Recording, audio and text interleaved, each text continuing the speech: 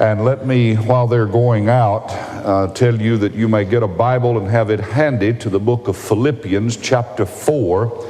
We'll not be reading from that chapter immediately, but we'll be reading from it sometime later in our study tonight. Philippians chapter 4.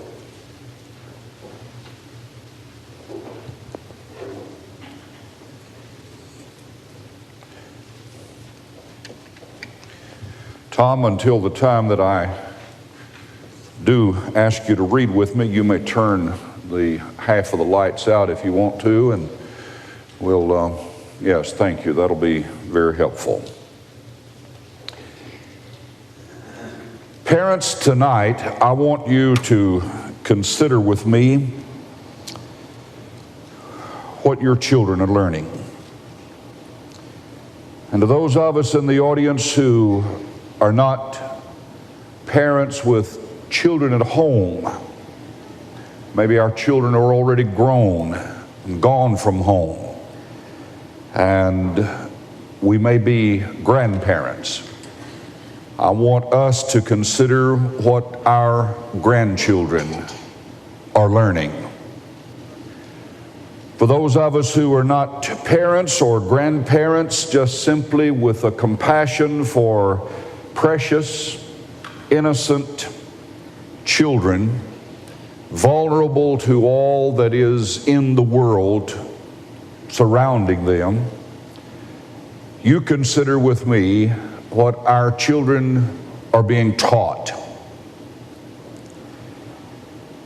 Our society today teaches children as they grow up that if you have a stressful moment in your life, you get a good stiff drink.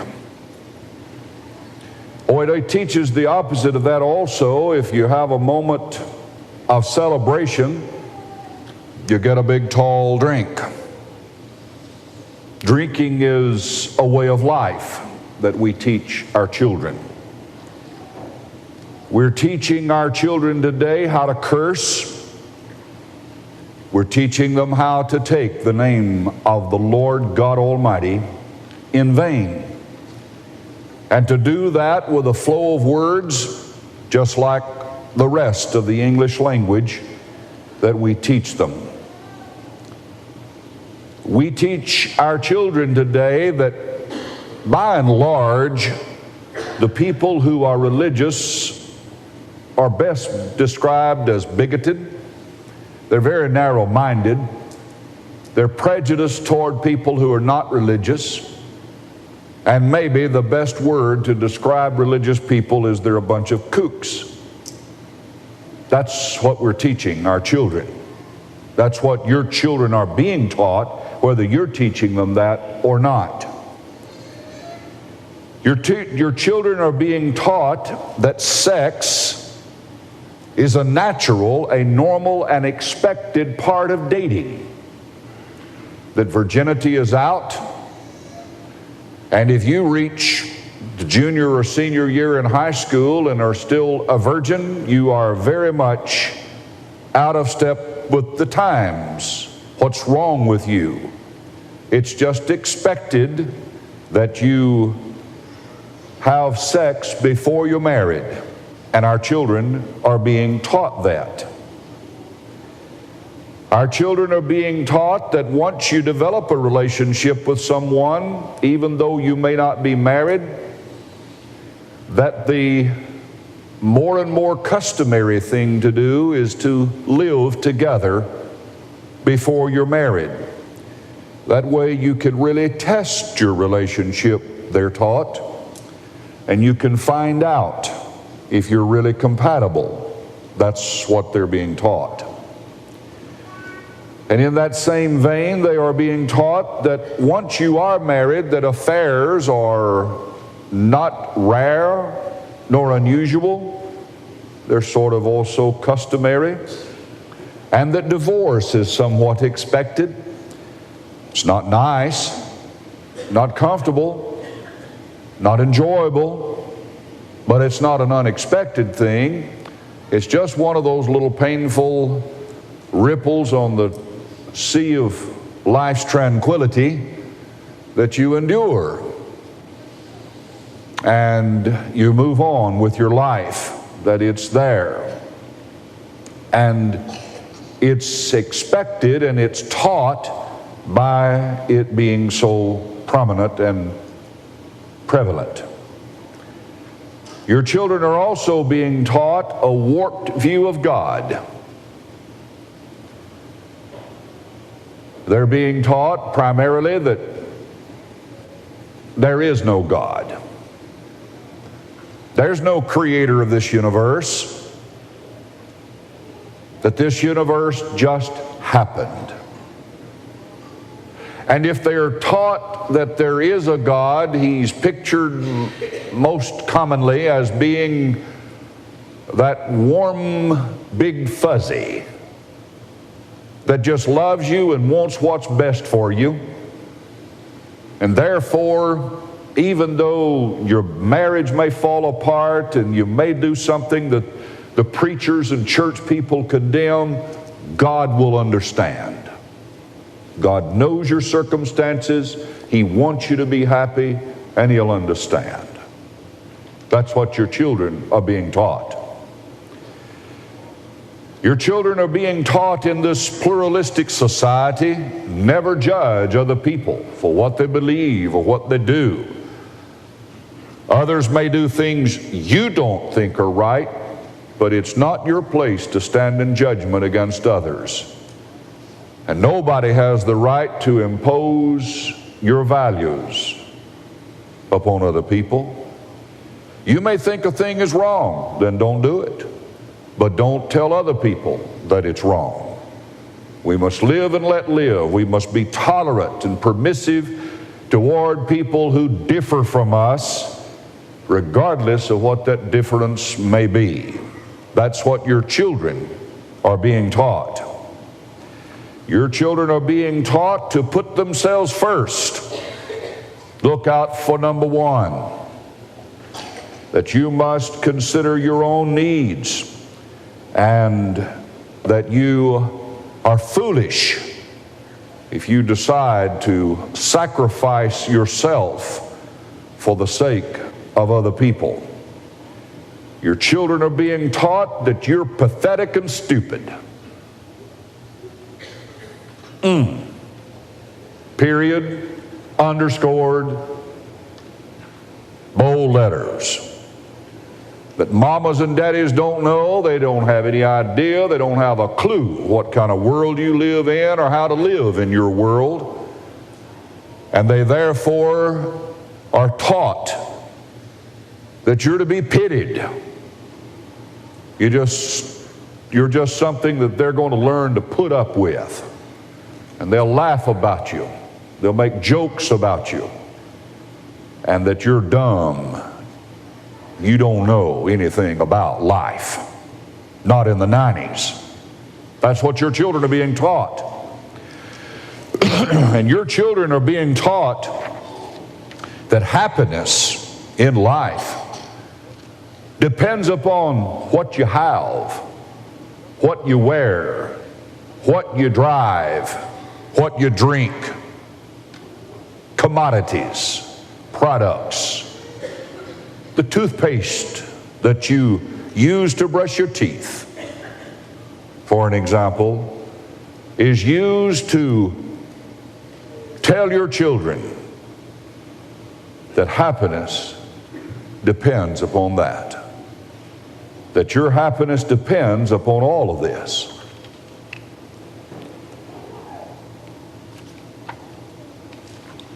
How is all of this being taught? Where? By whom? But the topic of our study for tonight. Through television. Everything that I have just presented to you, I believe I can prove with documentation, is something that is being taught to your children by means of television and by the influence of the media. Now let's set the stage. Let's give the context for this study. Last Sunday, I spoke to you about challenges confronting Christians. And I said that there are a lot of challenges confronting Christians individually, confronting Christians collectively, that fall really into three categories. There are what I call cultural challenges. Last Sunday night, I dealt with the challenge of the homosexual agenda. That is a challenge to Christians, even Christians who find such to be repulsive even in thought. And let me pause right here and tell you that I realize some of this is not in your comfort zone. I realize that to some of you, you would find this very unpleasant to think about or talk about, or you might even label it as distasteful. You might even say that this is something that you'd rather not even hear discussed. But I want you to know that I have really no choice if I'm going to do that which I am thoroughly convinced is God's will. For one of the roles of a gospel preacher is to preach the whole truth, even about those things in the world that are dangerous and that threaten our families and our souls in the church. And while this may not appear to you to be an imminent challenge personally, I assure you it is a challenge to many. Challenges confronting Christians, not only in a cultural way, but I said that there are also what I call philosophical challenges. I mentioned one earlier, pluralism. Another's relativism, materialism, hedonism, materialism. A lot of the isms that we find in our society. And then third, there is what I labeled doctrinal or church challenges. Doctrinal challenges, things that we teach in the church and things that are being taught today that are off target. They're not according to the Word of God. And so I announced to you that beginning with that lesson last Sunday, that I would present to you over the next few weeks, at least once per week, a lesson dealing with challenges that are confronting Christians. And tonight, I am speaking to you about what I consider to be a great challenge, and that is the influence of television. Let me now present evidence why I call it such a great danger. A little over a year ago, USA Today, on the front page, in the lower left corner where they do their daily USA snapshot, there was this little profile of what is labeled U.S. couch potatoes. And since the print on some of this is quite small, I'll read it for the sake of those in the back. It was a look at statistics that shape our lives, and according to a Nielsen survey, it was revealed that American households watch television an average total of 7 hours and 42 minutes per day. Now, as soon as you present a statistic like that, there are always those who say, well, that doesn't apply to me then because I don't watch TV that much.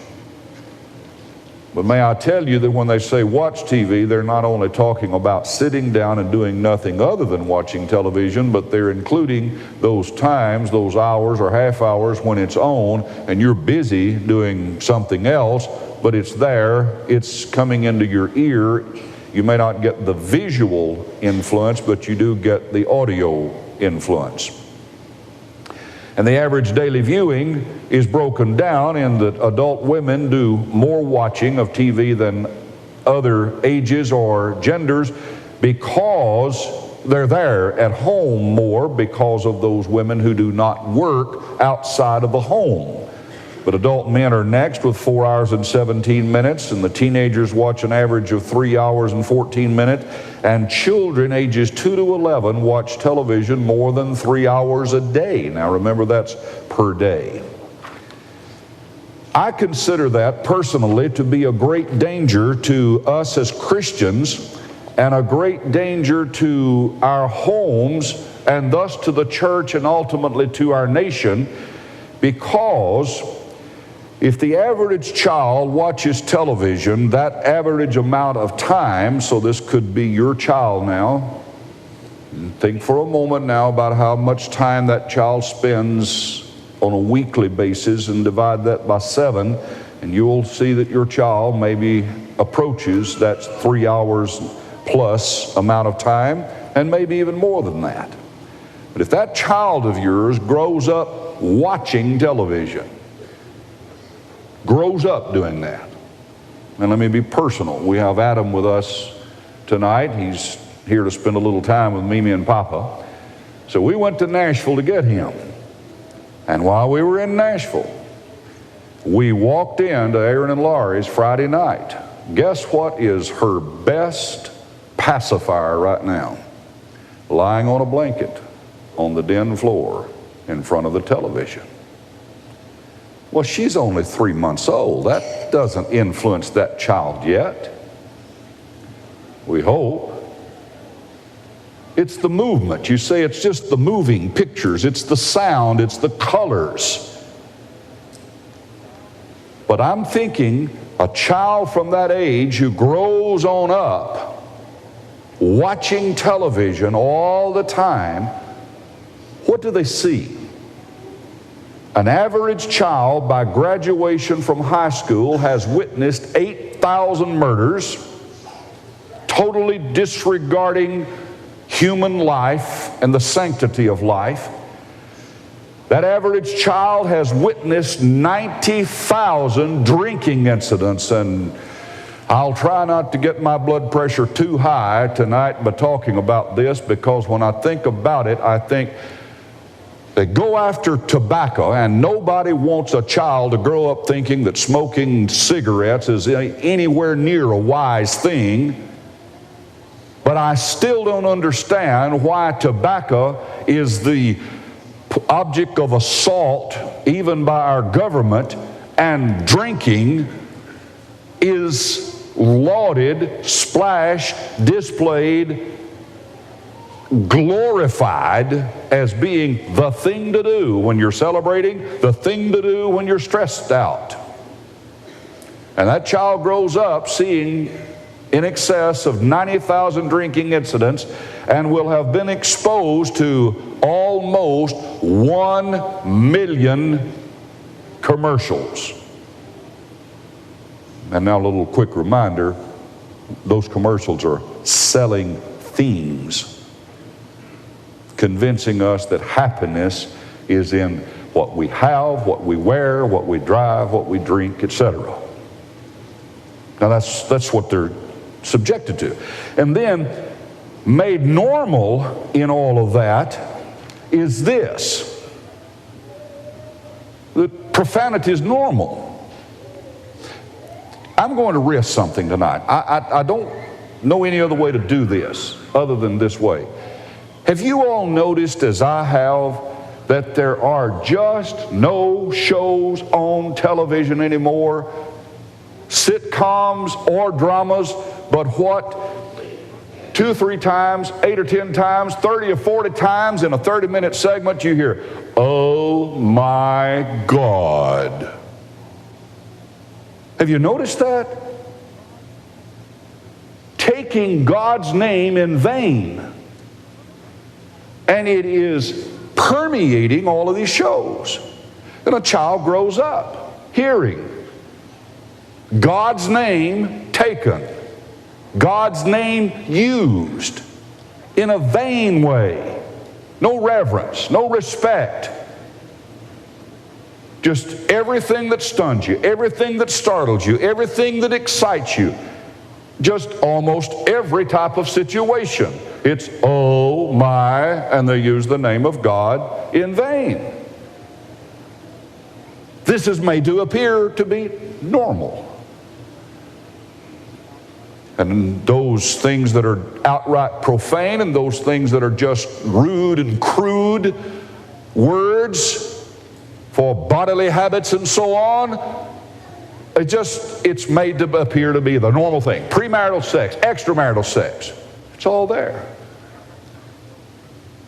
It's not only on television, incidentally. This would apply to music. It would apply to movies and divorce and broken homes. When was the last time that you saw a normal family with male leadership and respect for parents and respect for the man of the house displayed or demonstrated on television?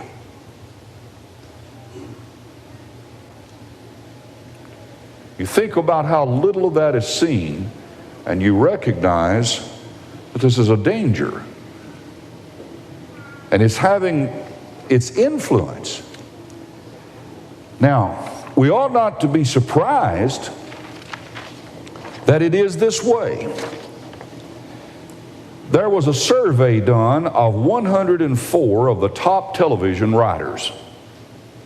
These are the people who sit down and write the script for the comedies and for the drama shows. And when they were surveyed, 51% of them said adultery is not wrong. It's not wrong for a man to cheat on his wife or a wife to cheat on her husband. 45% of them said they're not religious, they don't go to church, they don't even claim any affiliation with any religion. 80% of them said that homosexuality or the practice of that is not wrong. 80% of them. And I'm thinking, is that not about the ratio of the television shows right now that are in some way promoting homosexual behavior as being okay? And 97% of them said that a woman ought to have the right to abortion. Now, I'm driven then to conclude, if those who write the shows don't go to church, those who write the shows, more than half of them don't think cheating on your companion is wrong, and 80% of them think homosexuality is okay, that's misleading. The way I have it on the screen is not that 80% think it's wrong, they think it is not wrong, so don't let that mislead you. And 97% of them think that abortion is okay. If these are people who think all those things and they are influenced to think that and write that, then is it not going to get into their scripts? Well, consider this. Public Opinion magazine did a survey of TV writers, producers, and directors. And when they got through tabulating their survey from those who write, produce, and direct the television shows, they found that 2 out of 3 of them believe that television should be a major force for social reform. They don't write it from the perspective of entertaining us or getting us to bite our nails with some cliffhanger drama. They write it from the perspective of they're there to be a major force for social reform and to move the audience toward their own vision of the good society. And I want to show a quote to you. Now, this is about motion pictures. But remember that the thinking is parallel. It has to do with the media and the screen and the making of movies, and most of the movies that are made for the theaters eventually end up on television. In 1993, 3 years ago, when George Lucas, well known in the Academy of Motion Pictures, was receiving an award at the Academy Awards, he said, "All of us who make motion pictures are teachers." Teachers with very loud voices. Now, these are people who don't go to church, who believe abortion's okay, homosexuality is okay, cheating on your companion in marriage is okay. And how do they view what they're doing to your children? We're teaching your children. We're teaching your children. I don't think those are the kind of people that we want to teach our children. Well, but I realize that someone is going to raise the question, but now, David, do those things really influence people like us? Do they really influence people, period? I mean, granted, there are things there that are not right, but do they really influence us? Well, I boil my answer to all of that down to this and just reduce it to this one little simple statement or illustration. One of the top-rated sitcoms, and I chose not to even tell you which one because that way you'd think of the sitcom rather than my point. But one of the top-rated sitcoms on television right now, it's ranked in the top 10 month after month after month. Advertisers pay $400,000 for 30 seconds on that show. When that sitcom followed the Super Bowl this past January with a special 1-hour edition, the price soared to over $500,000 to $600,000 for 30 seconds. In that Super Bowl, incidentally, advertisers paid $1.2 million for 30 seconds. One advertiser only had available one 30-second slot, and they grabbed it just like that. In the middle of that 5-hour broadcast with all the pregame and postgame show and so on and the game itself, they quickly said, we want that 30-second opportunity to present our product before the American people at the rate of $1.2 million, and they spent $15 million just to produce that 30-second commercial. Now, my point is, when you want to know, do all these things influence us? Just ask the advertisers on television. They're not in the business of throwing away money. Now, mamas and daddies, please listen to me. There's a message here, a challenge confronting Christian moms and dads. We wonder why our kids are not more spiritually minded at times. We wonder why they try to play with the evils of this world. Think about it. And the advertising that is there. Does it influence us? William Bennett, former Secretary of Education in the Reagan administration, wrote a book a few years ago, about 4 or 5 years ago, entitled The Devaluing of America. He made a powerful statement, wrote a powerful statement in that book. He said, if we believe that good art, good music, and good books will elevate taste and improve the sensibilities of the young, which they certainly do, then we must also believe that bad music, bad art, and bad books will degrade. That's from page 33. And I apologize for misspelling his name, William. Those of you who catch the mistakes. And my point, as an extension of that, is God has said the singing of hymns is a part of our spiritual development. Folks, if the singing of good songs influences, why would not the singing of bad songs influence us? And just transfer that over into entertainment. What we read, what we hear, what we see.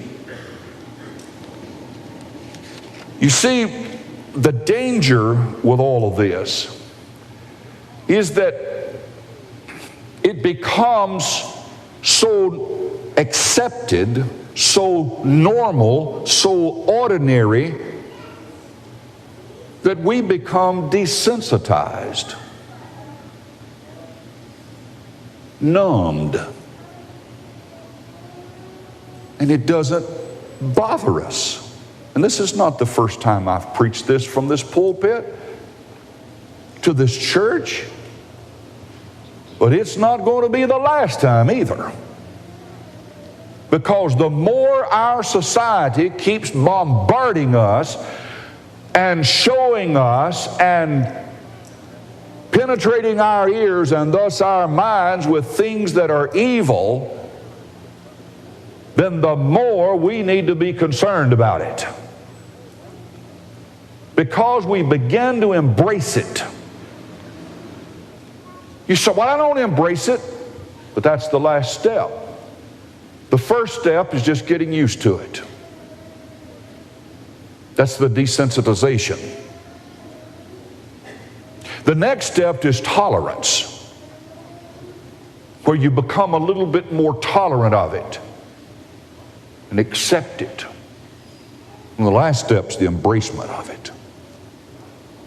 And I can look at some people in this audience that I think are godly people, holy people, pure people. I don't see you using the name of God in vain, and can't imagine you ever doing that. I don't see you thinking that life is not sacred. I know you know that life is sacred. But I come back to what my greatest fear is, and that's what it's doing to our kids. See, I can remember a time when there wasn't a TV in our house. We were that poor now. I'm not that old. But I can remember that. And so there are some of the rest of you who can remember that time. We know what it is with TV, and there's some of us who know what it is without TV. But we've got a generation that's coming up that's going to say, can you imagine what kind of lectures they're going to give their kids? Why, kid, I can remember when the first CD-ROM came out. And our computers only had 16 meg of RAM. That'll be when they just get up and speak a command and they'll have access to the whole world right there in their living rooms. Or on their spaceships. Who knows? What are those kids going to be like? What are their values? There's a buzzword for you in our political arena. What are their values going to be? Well, I want you to read some scriptures with me. Tom, you can just leave the lights on for just a second. Thank you for anticipating that, but just leave the lights on and let everybody read. I want you to turn to Philippians chapter 3. Or excuse me, chapter 4, verse 8. You had already, I suppose, turned to that. Finally, brethren, whatsoever things are true, whatsoever things are honest, whatsoever things are just, whatsoever things are pure, whatsoever things are lovely, whatsoever things are of good report, if there be any virtue, and if there be any praise, think on these things. Now, I ask you to read that scripture to ask parents and grandparents and all of us who influence kids one question.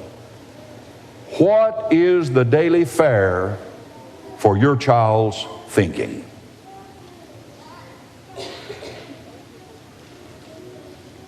If there's no devotion in your home,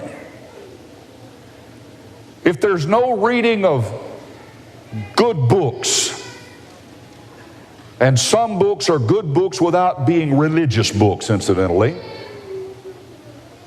But But if there's no reading of good books, no reading of the Bible, no time to talk about God, but there is that daily fare of television, where is the thinking on things that are true and honest and just and pure and lovely?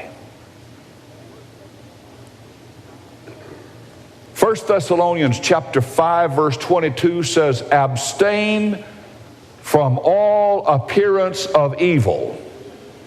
4 Sundays ago, I preached a sermon that included this text, and I made a point that needs to be made again tonight. Are you listening? That verse does not mean stay away from the very appearance of evil. That's not the meaning of those words. The words abstain from all appearance of evil literally mean keep away from every form of evil.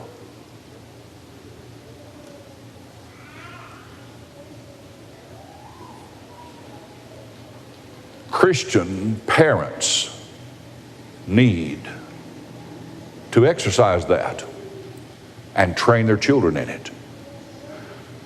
But not just parents. All Christians need to practice that. Do you ever stop to think about what those creators and writers of television bring into your house every day? If they attempted to open your door and come in and do all of that in person, you'd call the police on them. And we have come to accept things by means of that electronic screen that are so ungodly, so wicked, so evil, that advocate and demonstrate and promote that which is evil, and we just accept it. As one brother said, my granddaddy would have instantly labeled most of what's coming into our houses today pornography. But with us, it's okay. And as the scripture that was read earlier says, we're to have no fellowship, no participation in the unfruitful works of darkness. So what do we do? How do we react? Well, I want to suggest 4 things briefly. Number 1, don't overreact. Back a number of years ago, I preached on television. This has been about a dozen years, maybe 15 years ago, right here at Wood Avenue. And you know what one man did? He went into his house that night, marched right into his house, grabbed the scissors out of the little utility drawer, table drawer, and walked right over to his television and cut that power cord plugged in. We're fortunate that he's still alive. That's overreacting now. Don't do that. Don't go home and throw your expensive television out on the street. I don't know that any of you'd be ready to do that anyway, just because of one sermon. But I'm just telling you, don't overreact. It doesn't mean that you drive to Huntsville tomorrow and carry a placard out in front of Channel 48 or go down here to WOW in front of Channel 15 or whatever network or show you want to picket. That's not the way to respond. I'll get back to that in a moment. Number 2 is be discerning. I don't want to bite the hand that's feeding us spiritually. We're using the medium of television to reach people with the gospel. Television has a wonderful means of communication, is a wonderful means of communication, and can do a lot of good. The church at Coal Harbor Road in Mechanicsville, Virginia, as you read in the bulletin this past week, has over 100 Bible studies going on with people right now because of the television program, The Way of Life. It can do good. So the thing that's called for is be discerning. God meant for us to use our heads about things. And there's some things that are good and there's some things that are wrong that have no business in our homes and in our lives and in our children's thinking. So there's an on and off switch. Use it. And parents, you take control. Don't let television be a manipulative evil in your child's life. By the way, I'm going to take time to do this. I want to tell you about something. There's a wonderful child psychologist. I say wonderful because he's so balanced and on target and in keeping with biblical principles, by the name of John Rosemond. Some of you in the audience have heard him. Barbara Wynn and others out at Mars Hill have been responsible for bringing him out there to speak to parents twice in the last year and a half or so. Dr. Rosemond has one of the most sensible approaches to this dilemma of what do you do as parents regarding television. Well, let me tell you something. It is the parental responsibility. There's a lot of talk now about the V-chip, where you can put that in there and it'll guard against them watching certain things. Well, no, you don't need that, Mama, Daddy. Take control. That's all under your realm of authority, in your realm of authority, so exercise authority.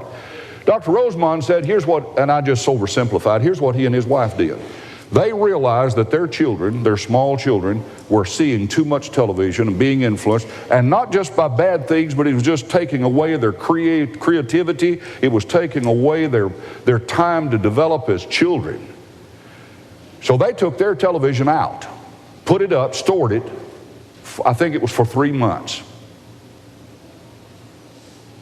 And then, after the withdrawal symptoms subsided and their family began to realize that their lives hadn't ended, they brought the television back and plugged it up. And every week when the TV guide arrives, their children were told, you go through the TV guide and you can pick a total of 3 hours of television that you want to see for the next week.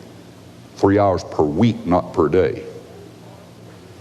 And they were told, you bring that marked in the TV guide to us, your parents. We will look at it, and if we approve the programming that you have selected, those are the programs that you'll get to see, and that's the only television you get to watch.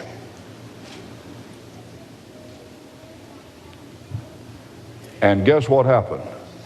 The children started reading, growing in their relationships with each other and with their parents. They started learning. Their grades in school started improving. They were happier. They were more well-adjusted because they were getting some influences other than that crazy, wacky medium called television. I don't know whether that'll work in your I don't know whether you want to try that or not. It sounds like a pretty good plan to me. But I'm just saying, parents, take control. And for those of you who think that there are things on television that are not fit for showing to anybody, speak up.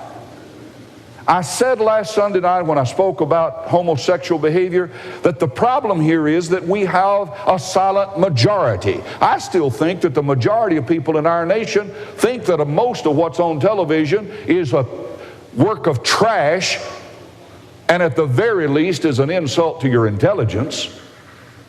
But don't sit there and take that. Let your voice be known. How do you do it?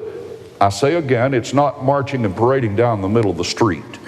Do you know what television people respond to? And it's not petitions either. They respond to that individual viewer who unsolicited calls or writes and expresses their views to the people in charge. Ask your radio people, like Sean, if that's not what they respond to. And it's true in all the medium. That unsolicited individual viewer who takes time to write, who takes time and money to send a letter, to make a phone call, and says, this is what I feel about your programming. That's the way to speak up.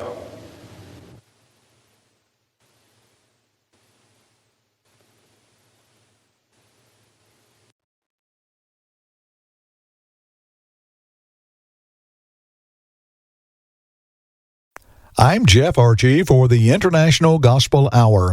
In Living room Apple TV. Living room music selected. Screen record.